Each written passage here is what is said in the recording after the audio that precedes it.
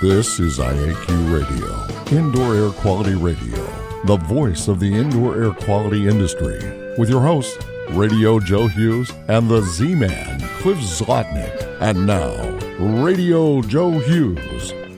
Good day and welcome to IAQ Radio Plus. Looking forward to a great show this week for number 570. We've got Jack Springston out of the New York City area. We're going to talk a little bit about mold and indoor environmental quality, a little current events, talk a little bit about some standards and guidelines that are being updated, and get everybody up to date. Before we do, let's thank our marquee sponsor. IAQ Radio Platinum sponsor is John Don Products, where restoration and abatement contractors shop. Visit them at jondon.com. That's JONDON.com. I also want to thank our gold sponsors, Particles Plus, Healthy Indoors Magazine, Gray Wolf Sensing Solutions, and AEML Inc. Laboratory. And of course, our association sponsors, CIRI, the Cleaning Industry Research Institute, the Indoor Air Quality Association, and the Restoration Industry Association. And now you can win a cool prize. It's time for the IAQ Radio Trivia question. Be the first to correctly answer. Simply email your answer to czlotnick@cs.com. Or if listening live, just text your answer from your computer. And now, here's the Z-Man with this week's IAQ Radio Trivia question. Hello, everyone. The IAQ Radio Trivia question for today, Friday, January 17, 2020, has been sponsored by Ideas, the solution chemistry company providing unique solutions to odor removal, surface cleaning, and decontamination problems. I would be remiss if I didn't congratulate Doug Conan, Aerotech Environmental, Dayton, Ohio, for answering last week's trivia question. The answer was $7,500, which is the amount of the average water damage claim in North America that involves carpet and drywall. Here's today's trivia question. Name the New York City governmental agency that first issued guidelines on mold remediation in the early 1990s. Back to you, Joe. Thank you, Cliff. Okay, so Jack Springston's with us today. He's got over 30 years of experience in industrial hygiene and occupational health. He's a certified industrial hygienist, a certified safety professional. He's been a CIH since '93 and is one of less than 50 active CIHs who also holds the subspecialty certificate in indoor environmental quality.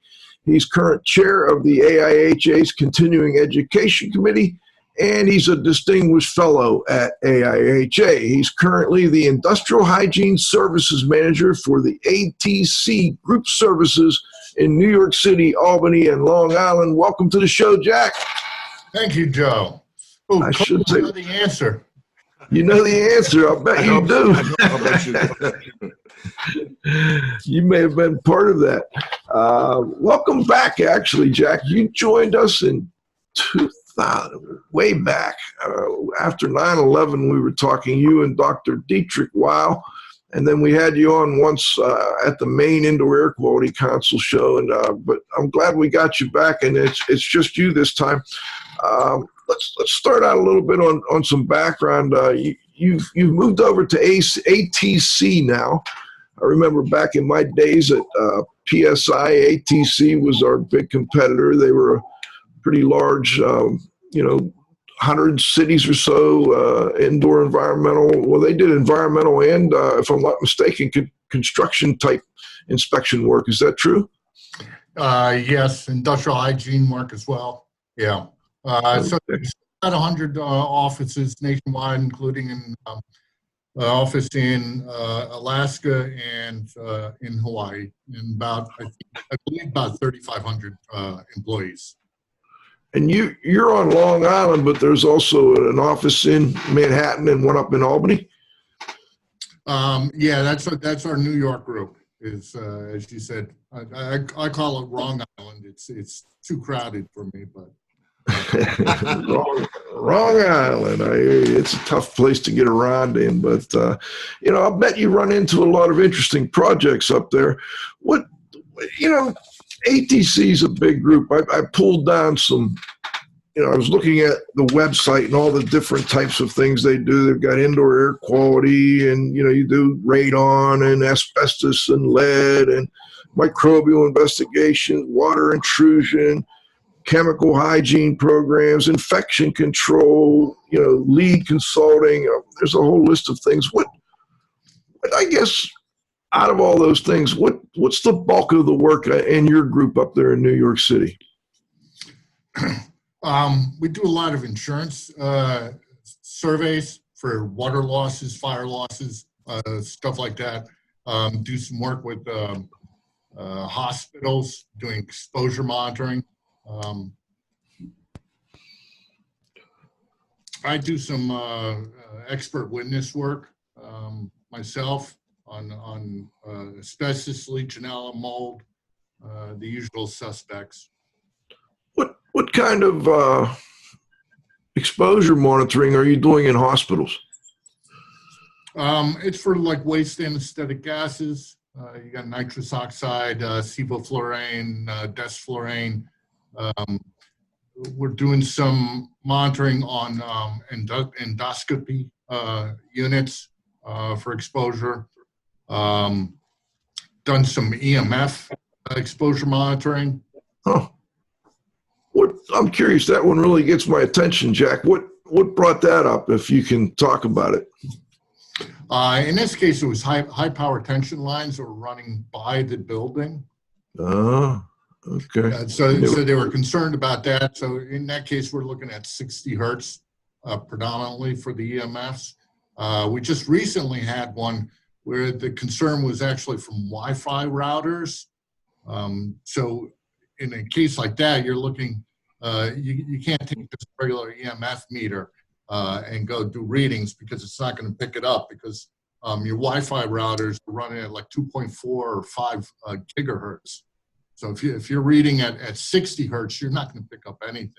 So you have to make sure that you had the proper equipment for what you're looking for. It seems like is that a kind of new thing? You've been getting some calls on EMFs?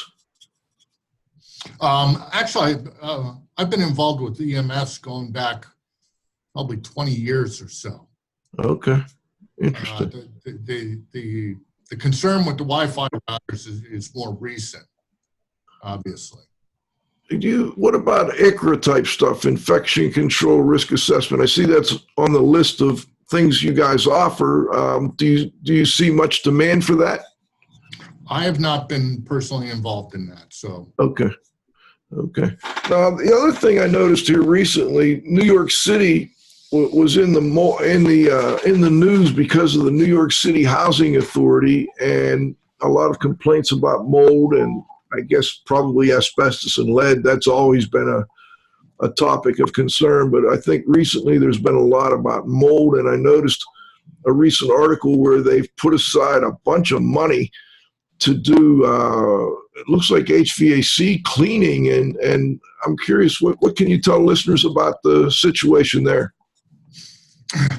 It's funny that you bring that up. I mean, I don't think a lot of people realize how huge NYCHA is, New York City Housing Authority. You're looking at around 306 developments, over 173,000 apartments. Wow. About 2,600 buildings.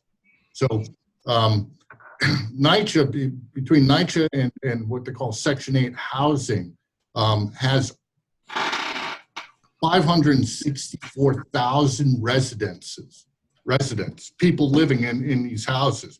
500,000 people. Over 500,000 people, right? And if NYCHA land was a city, realize it would be the 32nd largest city in the U.S., ahead of Atlanta and Miami. Bigger than Pittsburgh for sure, yeah. Yeah, so you're talking an extraordinary large number of apartments and people that you're dealing with. So they've historically had issues with lead-based paint and everything. The mold issues have become more and more pronounced and more public. NYCHA was actually through, I think it was a federal judge ordered them to have to do mold inspections in their units. And then most recently we saw was this issue with duct cleaning. And they set aside, I believe it was like $50 million. How far do you think that's going to go with this many buildings? Well, you got 500,000 people and $50 million. Not very far, Jack. No, and they're talking about having all of it done by 2022. And I really can't see that happening either. Interesting. So will they have someone assess and then write a scope of work, or will the HVAC cleaning, duct cleaning companies do their own inspection and then do their own cleaning and confirm their own work? Has that been decided yet? I have not heard anything about that. Okay. Because I also wanted to talk a little bit about the New York State mold licensing law, which has been in effect, I guess, a couple of years now. I know you've been approved to do with the mold inspector and mold inspector refresher training. And I'm wondering, will the New York City Housing Authority be required to use licensed people to do that work? Well, New York City actually has their own, so let's go back to New York State. So New York State regulation has been in effect, I think, for 3 years. All right. It might be 2 years. But it's almost like law, because you don't have anybody that's really, like New York State really isn't enforcing the law. Unless somebody calls up and complains, they're not going to know. I've seen instances where companies have gone on, done assessment, and then recommend that they do the remediation. That's one of the basic tenets in the law is that you can't do both. Still have companies out there that are doing both. Now, New York City, because they can't ever be outdone by New York State, and what they did on their regulation, and New York City DEP is the one that enforces it, they require notification to the city of any remediation that's being done, and then within 1 week after the remediation has been cleared by a mold assessor, that it's supposed to be filed with the city. Again, they're not enforcing the regulation, so there's a whole lot of work going on out there that isn't being filed with the city. The other thing the city did was they closed certain loopholes that were created by the state regulation. One of them being that the New York State regulation allows building owners to do their own remediation, their own assessment and remediation. New York City law says no, it can't be, they can't do that. But so to circle back to the NYCHA, yes, all the mold inspections are supposed to be done by licensed mold assessors. Does New York City have, and I want to get Cliff here in just a minute, but does New York City have their own training requirement, or do they fall back on the New York State training and licensing? They fall back to New York State. Okay. And Cliff, I know you wanted to jump in here and do a follow-up. Yeah, I did have a couple of them, Jack. A couple of questions on this, on these buildings. What's the range of the housing stock? How old are these buildings? Where do they range from? I really can't answer that. My gut feeling is probably a majority of them are right around pre-war and shortly thereafter. Okay. So a lot of your building materials in them are plaster, which is a good thing. Right. Gypsum board. Right. But most of the buildings are pretty old. As far as the cleaning of the air handling systems, would the majority of these buildings have air conditioning coils, or is it just heat? Majority of the buildings, the only supply air is going into the hallways. Okay. Within the apartments, the only ventilation that you have is exhaust for the bathrooms. Okay. And then if it's air conditioning, it would be window mounted AC unit. Right. Okay. Well, I'm trying to figure out, that's what I would think, but I was just trying to figure out why they would be cleaning all this for mold if there's no moisture in the system, you know? So. It's a good question. I have no good answer. Okay. No problem. Thanks, Joe. Yeah, and I don't know if it was specific to mold or they just felt like these systems had never been cleaned and they needed to do so. I mean, do you know, Jack, or is that? My guess is that a majority of these systems have never been cleaned. You probably have within the exhaust systems, there's probably so much buildup that you've got a real loss of pressure and velocity through these ducts, probably to the point where I think per code for bathroom exhaust, it's supposed to be 50 CFM, cubic feet per minute. And you probably have exhausts that are, you know, if they're pulling a tenth of that, they're lucky. Interesting. So I'm wondering, and it may be something you don't know, but I mean, you've got 500,000 people. I forget how many units you said there were. Let's say there's 150,000 units out there. That's 173,000. Yeah. 173,000. Are there enough licensed inspectors and remediators to do all that work over a 2 or 3 year period? For the 2-3 year period is for the duct cleaning. Okay. So, in a case like that, you're not dealing with mold assessors, and then you've got the duct cleaning companies. For the mold inspections, we actually have a contract with NYCHA for doing mold inspections. I suspect that there's other companies as well. We haven't begun work on that contract yet, so I don't know the extent as far as how many apartments we're going to have to be inspecting. I believe for the most part it's probably going to be just visual, and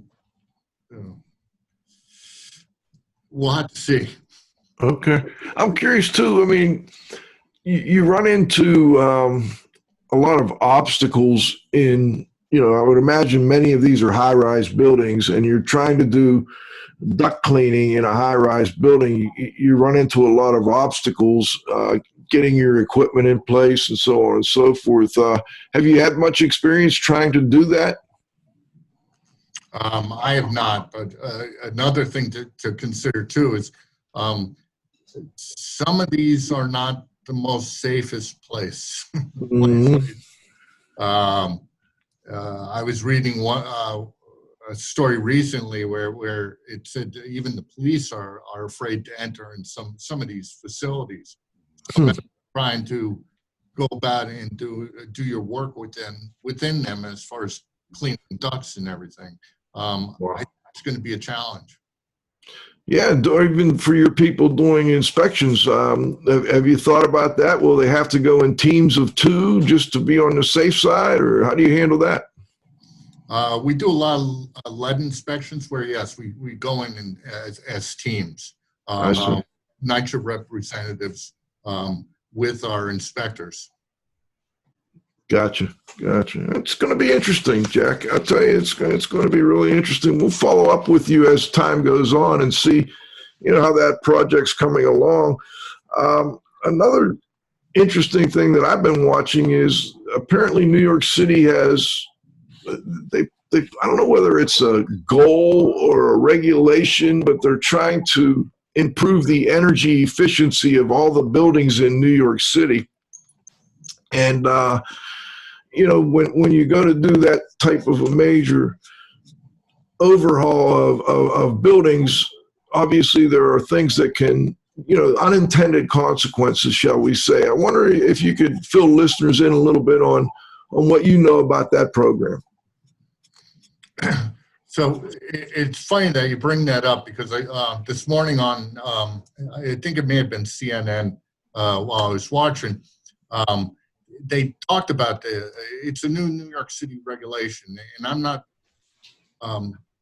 not real familiar with how much energy savings that they're trying to stipulate, but the story talked about how the Empire State Building recently, through installation of new windows and various retrofits, had cut their energy usage by 40%, which, when you think about it, I mean, that's pretty substantial. But then they mentioned that under the new law, they would have to cut their energy usage even beyond that. So as you mentioned, right, all I can think about is this law of unintended consequences, and that we are likely to see that happen with regard to the impact on the indoor environmental quality. And I say indoor environmental rather than indoor air, because not only are we likely to see through the tightening up of these buildings, and you're probably going to ventilation, right? Because you're trying to save heat or cooling.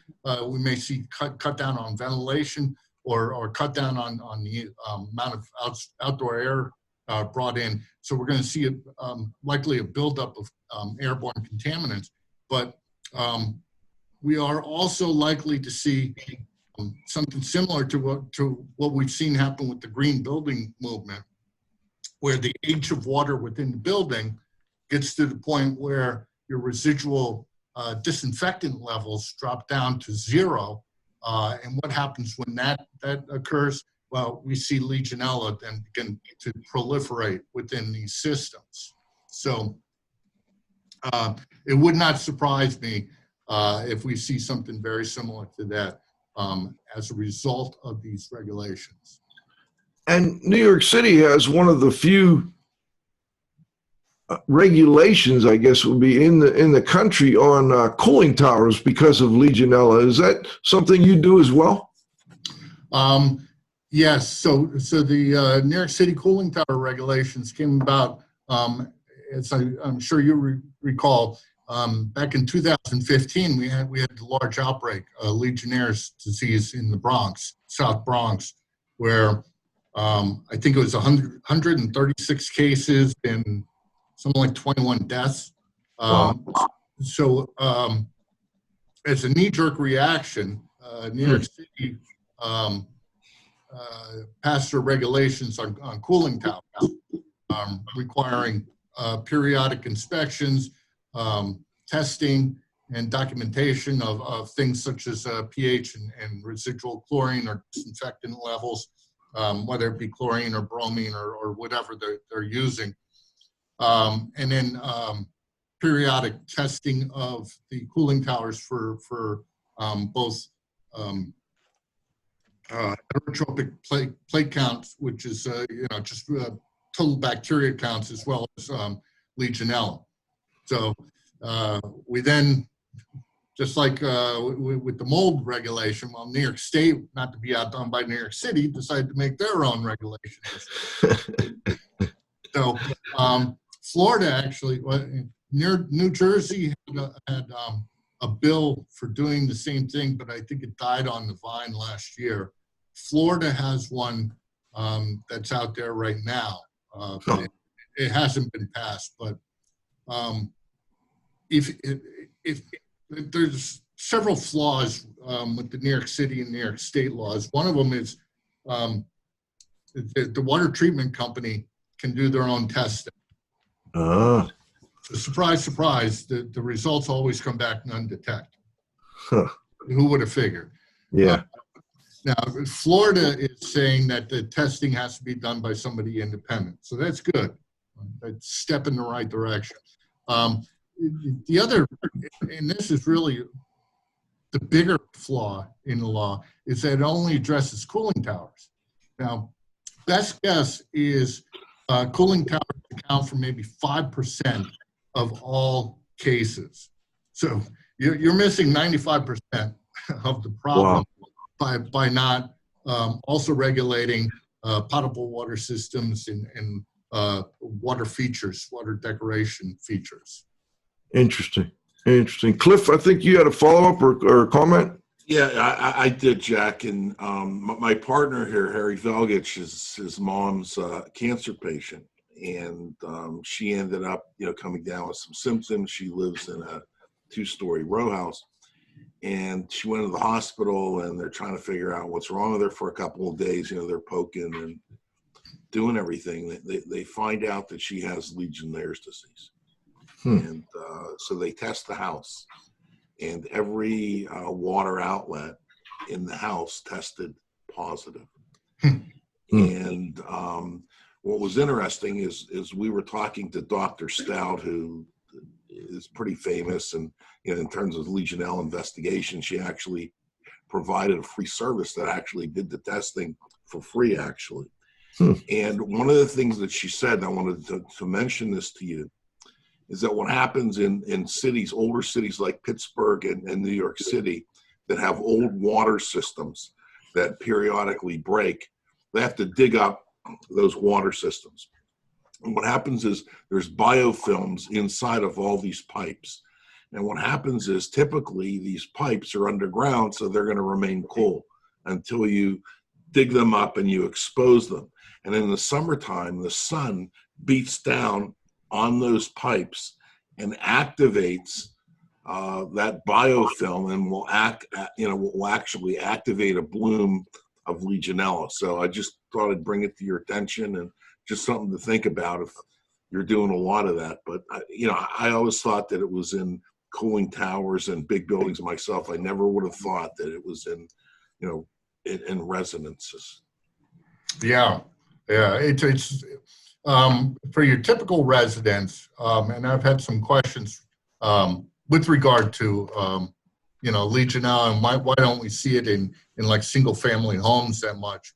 And if you think about it, for single family homes, your water system isn't really that complicated. So you've got the water coming into your hot water, and then you've only got a few pipes that are going out to your kitchen and to your bathroom. You don't tend to have dead legs. And all of these, most of your outlets, you tend to flush periodically, daily, daily, every other day.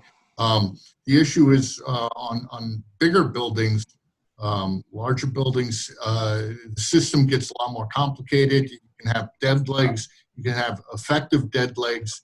Meaning, I had a case, it was a condo building down in Ocean City, Maryland, where during the winter months, 95% of the building was empty. It's only seasonal. So I was like, so during the winter, you had several hundred effective dead legs. All these apartments where nobody's running the water. But as you mentioned, the Legionella is coming from the city water, where it comes from, and it's only once it gets into the building, for the most part, where the conditions are right, where it can amplify and become a problem.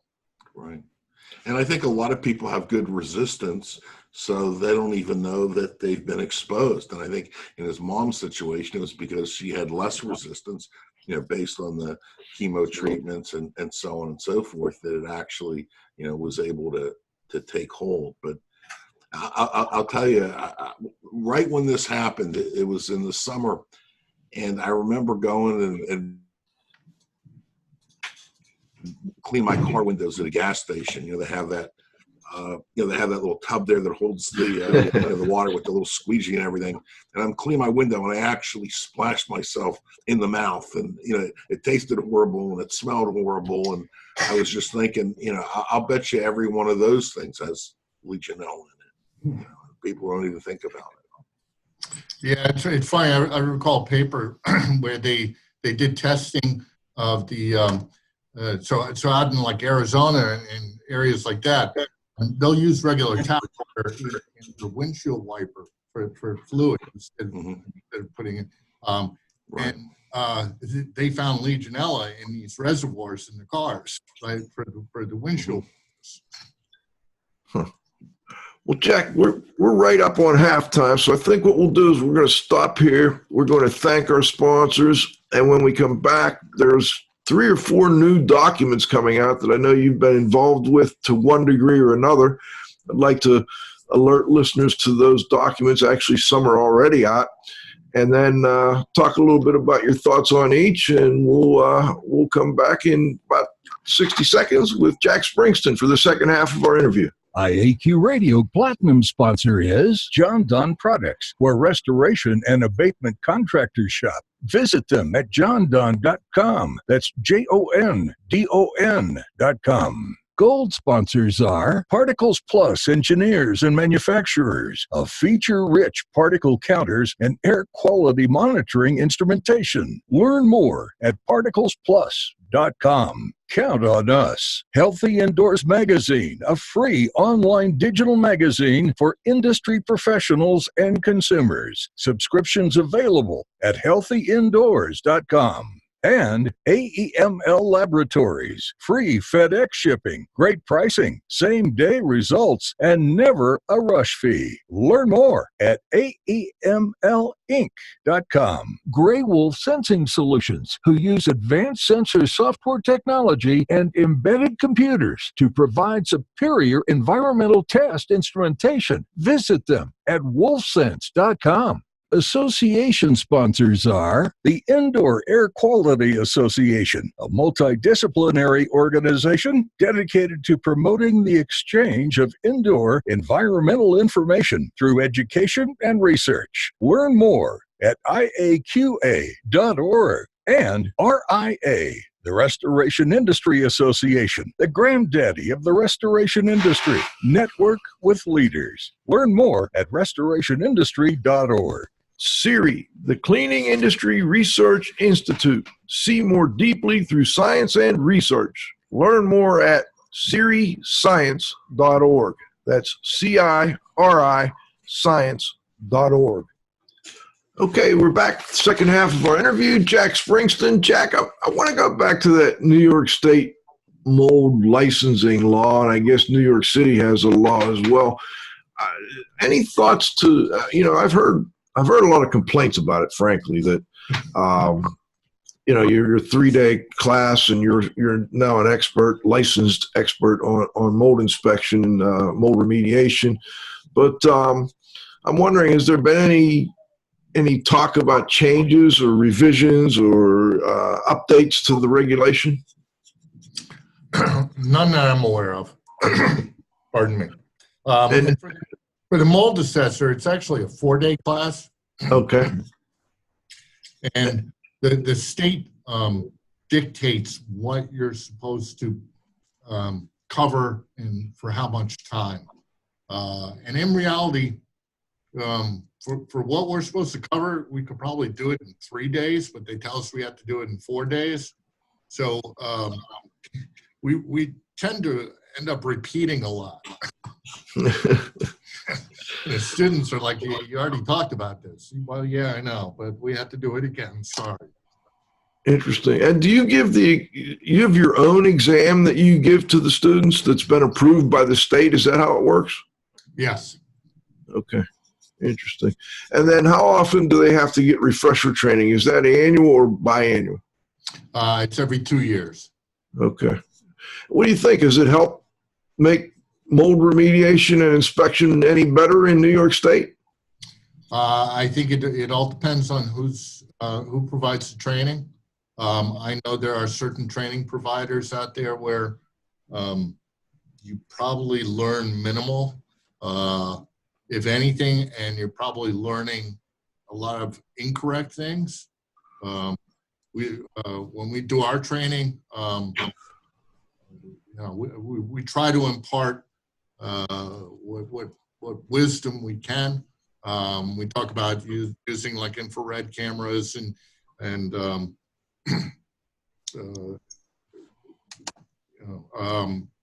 like I said, try to impart the wisdom that we have from years of doing the inspections. So you focus a lot more on, it sounds like the building science part of things, and then the physical inspection of, using a thermal imaging camera or moisture meters and so on.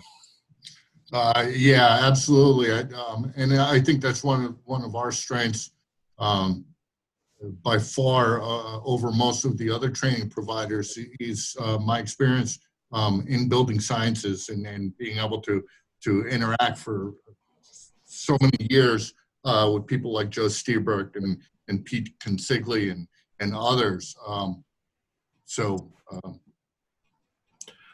I'm curious with, do you think it's, well, let me ask this. In the state regulation, do they require that you have like a certain, I guess, pattern that you follow, that you have to first do a visual inspection, then you have to do moisture monitoring of some type, and then if you're going to take samples, you have to have a reason for taking your samples, and then a way of presenting that information in a report. Is that all included as a requirement under the law?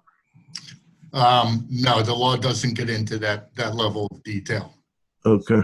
So it's just, here's what you have to learn. Here's the topics that are in the training. Here's how often you have to take the training. Here's what fees you pay. Right. Okay. All right. Jack, there's also been, I'm sorry? I said fees are big. They got to get their money. Oh, yeah. You got to have money for it. I mean, and you mentioned there was very little enforcement in New York City. Is that also true statewide? Yes. Yeah. Okay. How do they even try and enforce it? Is there any notification requirement where you have to notify before you do a remediation, or when you're done with the remediation? Do reports maybe have to be sent in from time to time, or do they just kind of, expect that anybody that's doing this will follow the rules? For New York State, there are no requirements.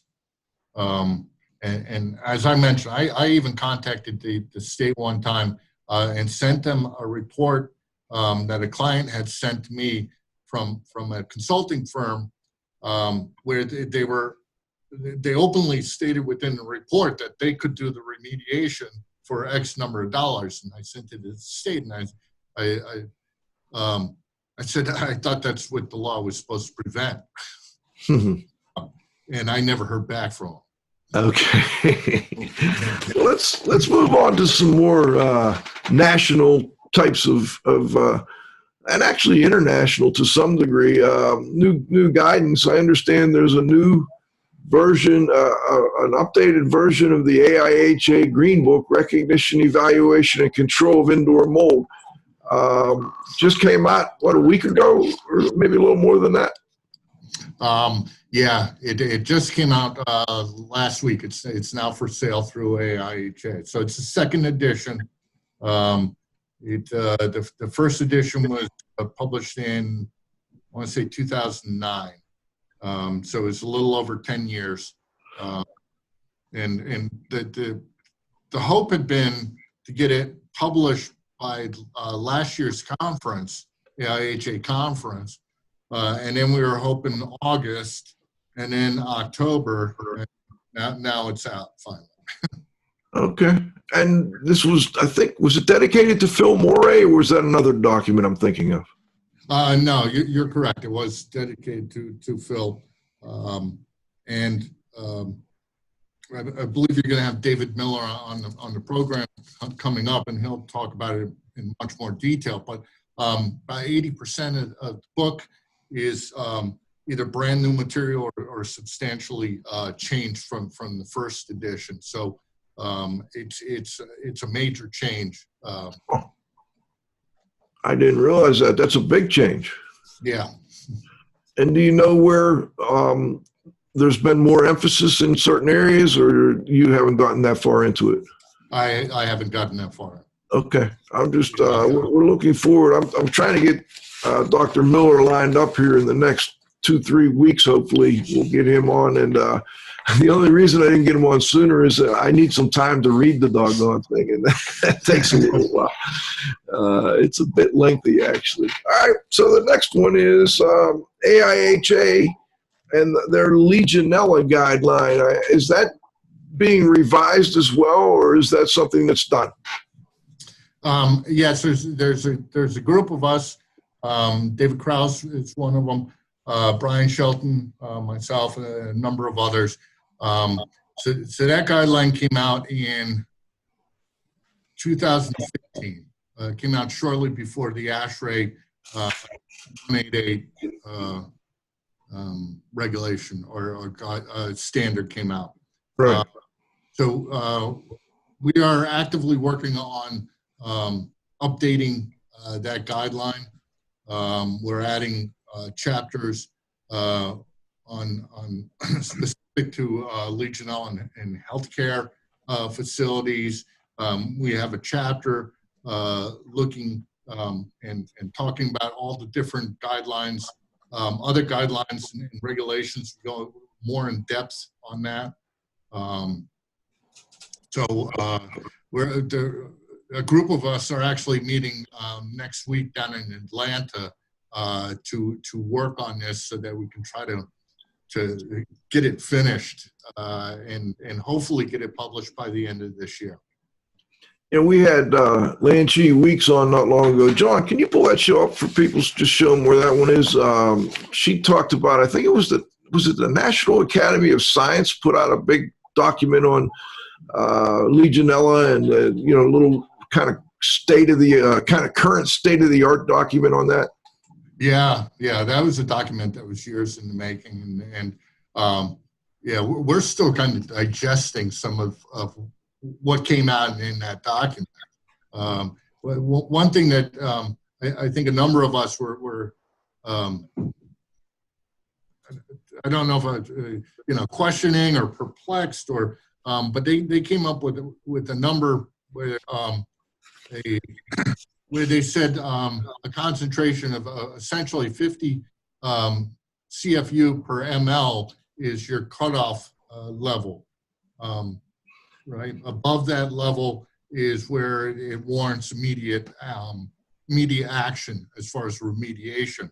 And the thing that caused some of us, to step back on that number is it really depends on the mode of transmission. If you're at 50 CFU and it's in a humidifier, your exposure is pretty tremendous, versus if you have 50 CFU in a cooling tower where nobody's, the exposure for the people, you could be talking hundreds of feet away. So if you look at the AIHA guideline, it's similar to what OSHA's numbers were years ago, where we look at the system and we have a sliding scale.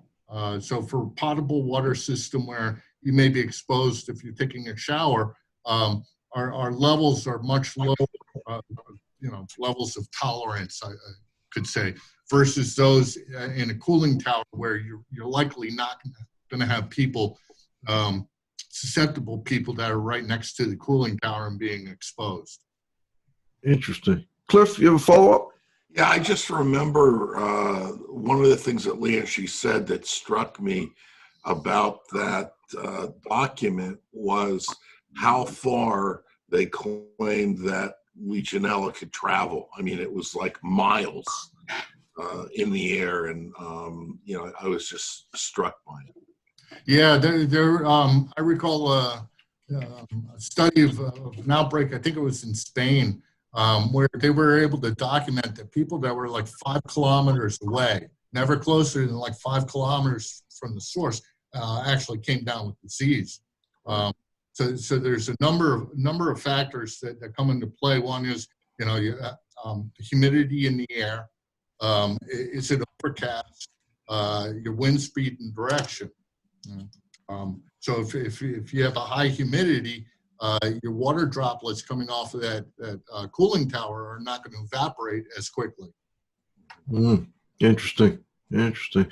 Jack, let's jump to the next one. This has always been an interesting topic to me, the AIHA post-remediation verification guideline, and that's for mold remediation projects, if I'm not mistaken. What's going on with that?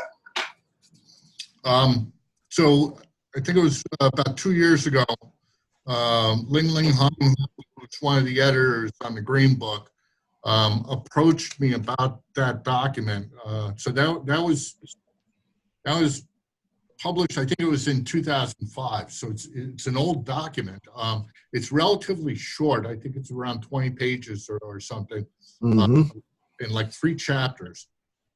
But she approached me about it, asking, should we be updating this? Should we just let it, die or not?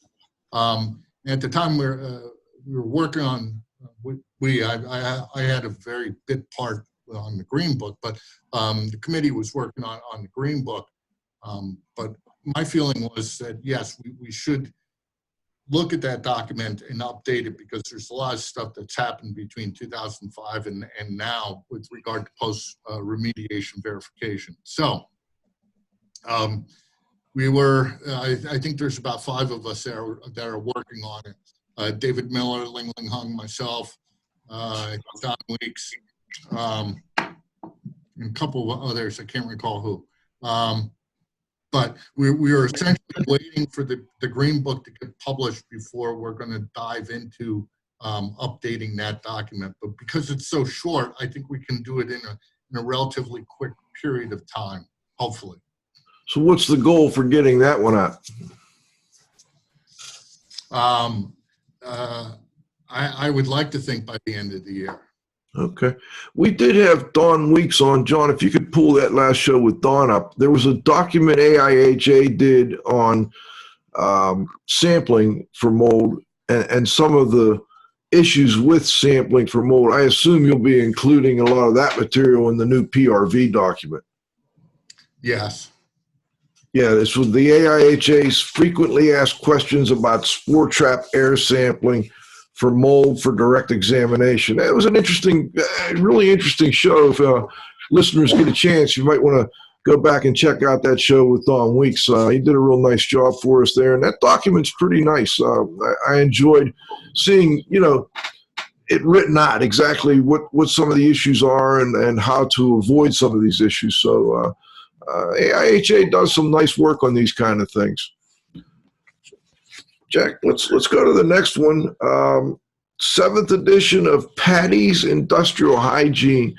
I don't think a lot of the indoor air quality people that we get a lot of indoor air quality consultants and remediation contractors. I don't know how familiar they would be with Patty's Industrial Hygiene. So I understand that's being updated. There's going to be a 7th edition, and that you are working on a chapter, I'm not sure if it's done, on indoor air quality and non-industrial environments. You got a couple co-authors there. Can you tell listeners a little bit about what that document is, Patty's Industrial Hygiene, and then a little about your chapter? Yeah, so Patty's Industrial Hygiene it's kind of like the Bible for industrial hygiene. It's either 4 or 5 volumes. If you buy the hard copy from the publisher, you're looking around $1,200. I mean, it's pretty expensive. But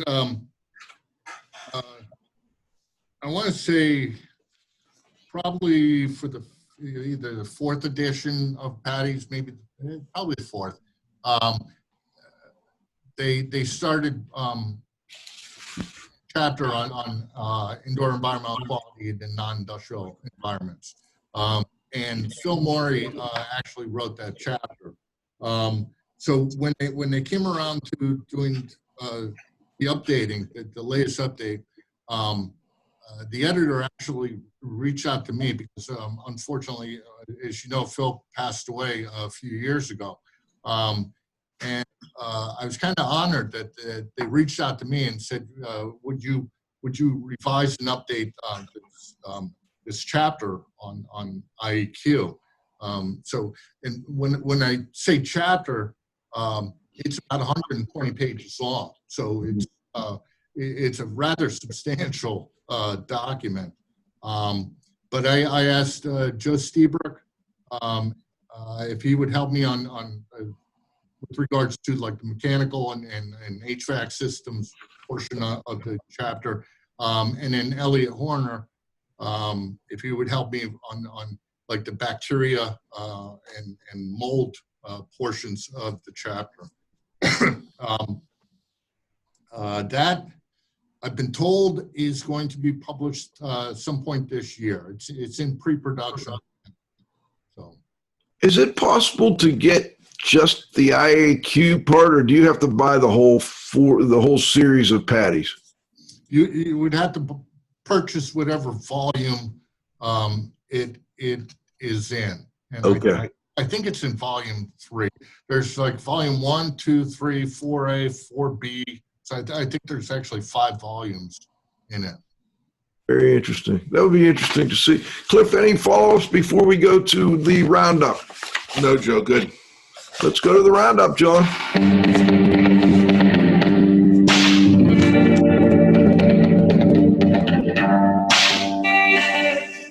We've got the Restoration Industries Global Watchdog joining us today. Pete and Jack go way back. When Pete saw Jack was going to be on the show, he sent me an email, said, great idea getting Jack on here, and I'm definitely going to join in. So, Pete, let's turn it over to you. Any comments or questions? I just was listening. I think Jack is always kind of a wealth of information, and he's been involved for so long through AIHA, and I think him along with Mike McGinnis were the real early pioneers in developing that indoor air quality kind of the subcommittee, and really advocated back in the 90s before indoor air quality to the degree it is today was really on the AIHA radar screen, because they came from pretty much the industrial ranks. And before mold and a lot of these indoor air quality issues got to be what they are today, and the industry had standards and, as many guidelines. There was a lot of confusion back in those days. It's good to hear Jack mention a name like Phil Morey. Cliff and myself met him in the 90s and had such a great relationship with him up until his passing. I really appreciate the work that he did and a lot of the other pioneers like that. So, the industry's really grown. There's a lot of overlap between all these kind of disciplines that fall under this big indoor air quality umbrella, if you would. And of course, me and Jack, our relationship initially started when I first met him in the 90s at Stebrook Summer Camp. And, that's kind of reached industry iconic status all unto itself. And quite frankly, the whole building science umbrella is so closely related to indoor air quality. I mean, back in the early days with Cliff and me and in the REA days, we really adopted building science training as being a prerequisite for a lot of our certification and, all the education and training we did in the day. And it's pretty mainstream now. And there's a lot of confusion about building science, but people relating it to construction management, and they're really not related. Building science is an entirely different aspect, and anyone that's involved in poking around a building in any manner, from building it to inspecting it to remediating it to whatever, if they don't if they don't understand those dynamics, they're not going to be able to do the job that well, and create a lot of confusion. So kudos to guys like Jack and McGinnis and Stebrook, and all these guys who were willing to reach out to other industries and other disciplines and network and collaborate. And I think it's kind of made it better for the person that really we should keep our mind on more than anyone. And those are the people, the general public, the people who are impacted by the work that we do. So anyway, well said, Pete. Good job with the interview, boys. We stand on the shoulders of those who came before us, and certainly if we don't forget about them and we learn from their lessons and their mistakes, then we'll make fewer mistakes ourselves, and this industry will continue to get better and better. Jack, I understand you were a sous chef at one time, huh?